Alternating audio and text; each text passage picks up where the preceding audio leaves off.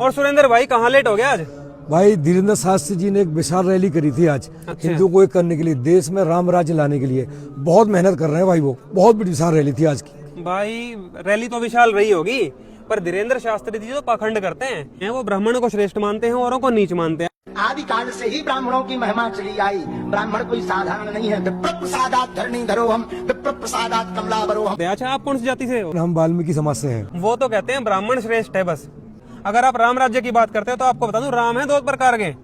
एक तो वो आदि राम है जो कबीर परमेश्वर संत रामपाल जी महाराज ने बताया है, जो हमेशा समानता की बात करता है। आप कबीर साहब की वाणी देख लो, हमेशा समानता की बात हुई है। दूसरे रामचंद्र जी हैं दशरथ पुत्र, जो विष्णु जी के अवतार हैं। वो तो शूद्रों को भक्ति करने पे सजा देते थे मारने की। ऐसा कैसे भाई? दिखा देता हूँ आपको प्रमाण। वाल्मीकि रामायण पढ़ी है भाई मैंने। देखिए, श्री वाल्मीकि रामायण हिंदी टीका सहित भाग 2, और कहाँ से छपी है देख लीजिए। खेमराज श्री कृष्णदास प्रकाशन, बम्बई।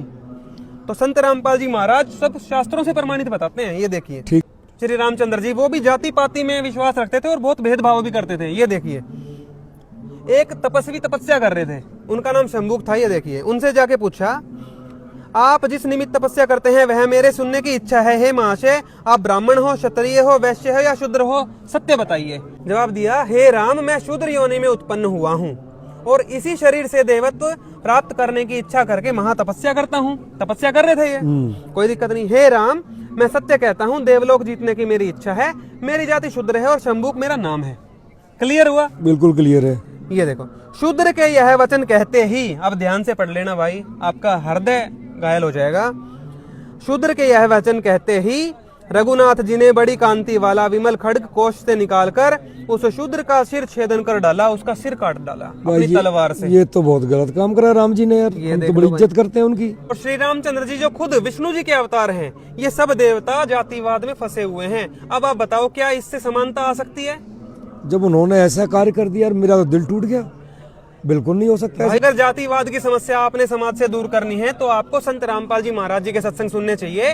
वो हमारे गुरुदेव हैं। उनका कहना है, जीव हमारी जाति है, मानव धर्म हमारा, हिंदू मुस्लिम सिख ईसाई धर्म नहीं कोई न्यारा।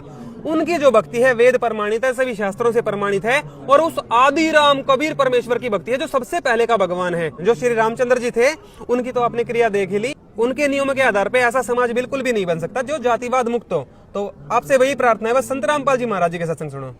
बिल्कुल भाई, आज से बिल्कुल संत रामपाल जी महाराज के सत्संग सुनूंगा। आपने जो पुस्तक दी थी जीने की राह, उसको जरूर पढ़ूंगा।